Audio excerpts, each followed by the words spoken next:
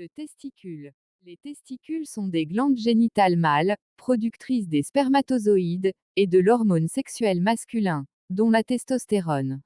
Anatomie. Chez l'homme, les testicules sont au nombre de 2, ils sont contenus dans un sac de peau externe appelé scrotum, aux bourses qui pend entre les jambes à partir de la base du pénis. Structure. Les testicules sont de forme ovoïde, mesurent environ 4 cm de longueur et 2,5 cm de diamètre, avec un poids d'environ 20 grammes. Les testicules sont recouverts par une membrane appelée albuginée. Ils sont divisés à l'intérieur par plus de 200 lobules, chaque lobule contient des tubes séminifères en forme de U. Ces tubes séminifères sont ceux qui fabriquent les spermatozoïdes bien qu'ils sont encore immatures. Les testicules sont parcourus par une structure appelée épididyme. Cet épididyme est l'endroit dans lequel les spermatozoïdes acquièrent la maturité, plus précisément au niveau de sa partie initiale et médiane. L'épididyme qui a 3 parties, la partie initiale et partie médiane assure la maturation des spermatozoïdes et la partie terminale est là pour le stockage des spermatozoïdes avant son émission vers le canal déférent. Le testicule est lié de l'épididyme par le red testis. Les testicules chez le fœtus. Chez un fœtus, les testicules sont d'abord situés dans l'abdomen, puis descendent dans le scrotum avant ou après la naissance. Fonction. Les testicules ont 2 principales fonctions qui sont la production des spermatozoïdes, et la sécrétion d'hormones sexuels masculins, notamment la testostérone. La production des spermatozoïdes, dont la spermatogenèse, qui est un processus par lequel il y a formation des gamètes mâles appelés spermatozoïdes. Elle débute à la puberté et dure toute la vie. Chaque jour des millions des spermatozoïdes sont produits à partir des cellules dites germinales. C'est au niveau des tubes séminifères que ces cellules souches sont produites, bien qu'elles sont encore immatures.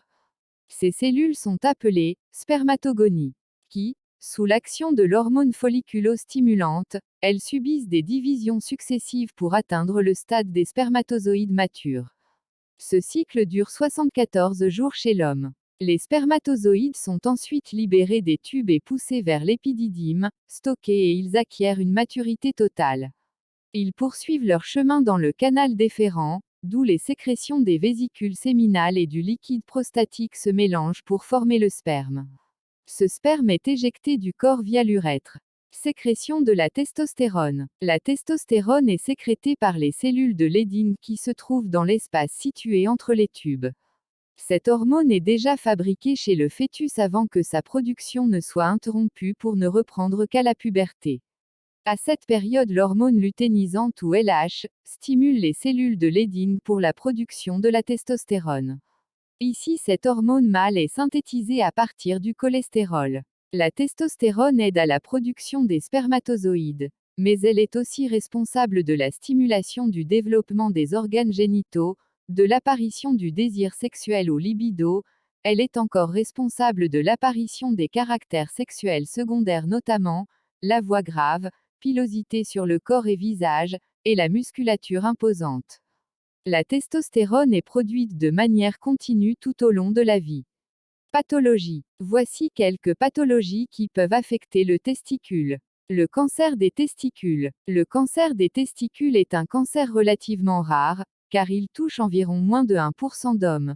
Il demeure néanmoins la forme de cancer la plus fréquente chez les adolescents et les jeunes hommes.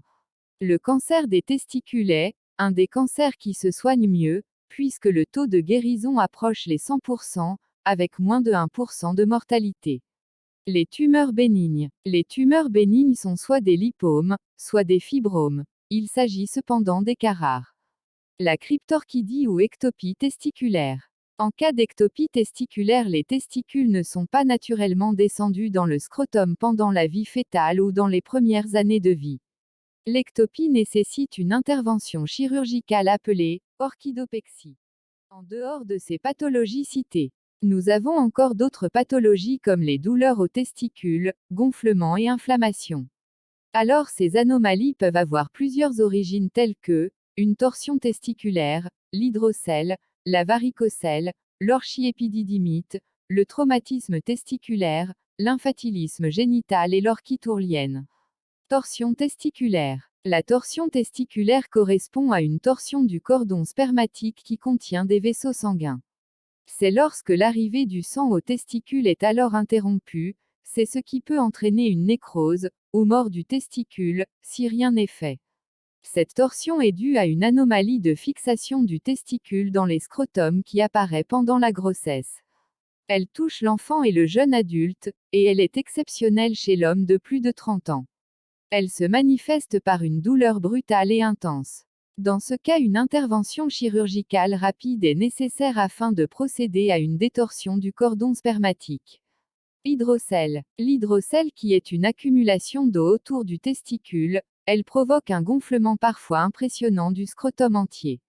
Généralement, hydrocèle est indolore, c'est-à-dire, elle ne cause pas des douleurs ou souffrances, mais ça nécessite une intervention chirurgicale pour que le testicule retrouve son volume normal. Varicocèle. La varicocèle correspond à des dilatations variqueuses, ou varices des veines du cordon spermatique. C'est-à-dire le circuit sanguin est obstrué, et la circulation est ralentie. Comme conséquence, la production des spermatozoïdes est amoindrie, donc la quantité des spermatozoïdes diminue.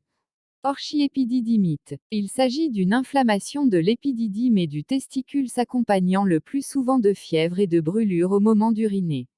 Traumatisme testiculaire. Il peut apparaître suite à un coup porté au niveau des testicules. Il peut s'agir d'un hématome scrotal, d'une contusion ou encore d'une fracture du testicule. Infantilisme génital. On parle de l'infantilisme génital lorsqu'il y a un déficit en testostérone.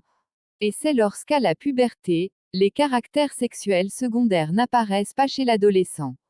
Dans ce cas, ses organes génitaux demeurent comme ceux d'un enfant.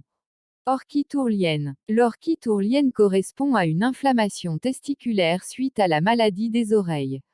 L'inflammation touche un seul testicule dans la majorité de 70 à 85% des cas. L'orchite se traduit par une poussée de fièvre, gonflement, une douleur et une chaleur au niveau du testicule et du scrotum, qui s'accompagnent généralement des douleurs abdominales et des vomissements. Elle touche dans 20 à 30% des cas les jeunes hommes pubères.